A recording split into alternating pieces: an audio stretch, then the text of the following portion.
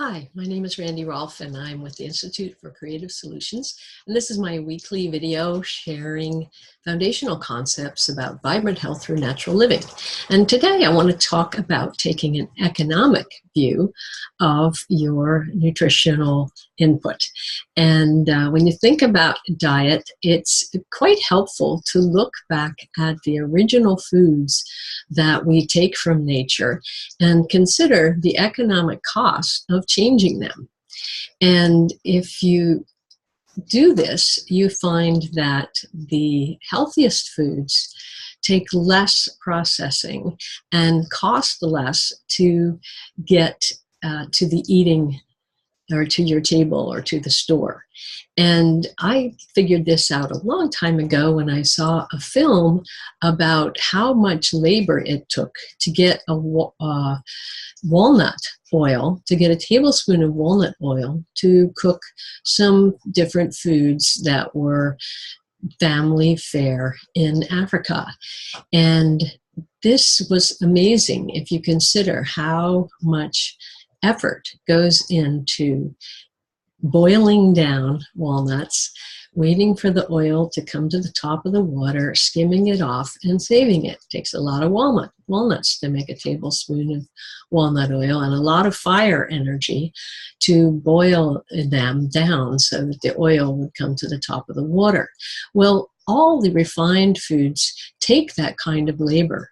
And that's why they didn't really exist in the diet until human civilization, if that's what we want to call it, developed the idea of slavery, people that are willing to do that kind of labor, or mechanical power, so that we can chemically or mechanically extract foods and concentrate them and create the concentrated foods like sugars, oils, and soy protein. And none of these are good for us. So if you look at your product that you're eating and consider the work that went into it, yeah, we have a lot of cheap flours and cheap oils and cheap sugars because we've put all the effort into no longer slaves, thank goodness, but mechanical extraction. And we don't count all the energy that goes into milling the flour, extracting the oils, and even developing the chemicals to extract the commercial oils, and so on, and the preservatives that go into refined foods so that they can sit on the shelf for months and months.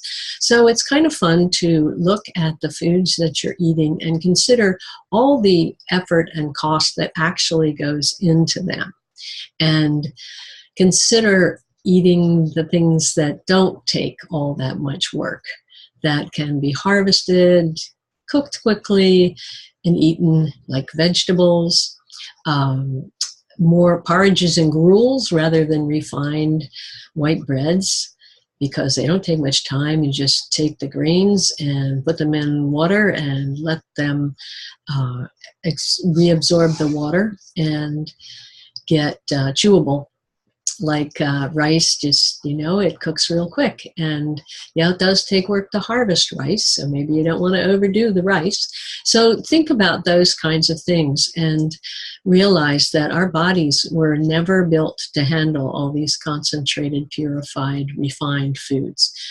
They were really developed on those foods that were a whole lot easier to get from field or animal to mouth. So thanks for listening, and I'll see you next week.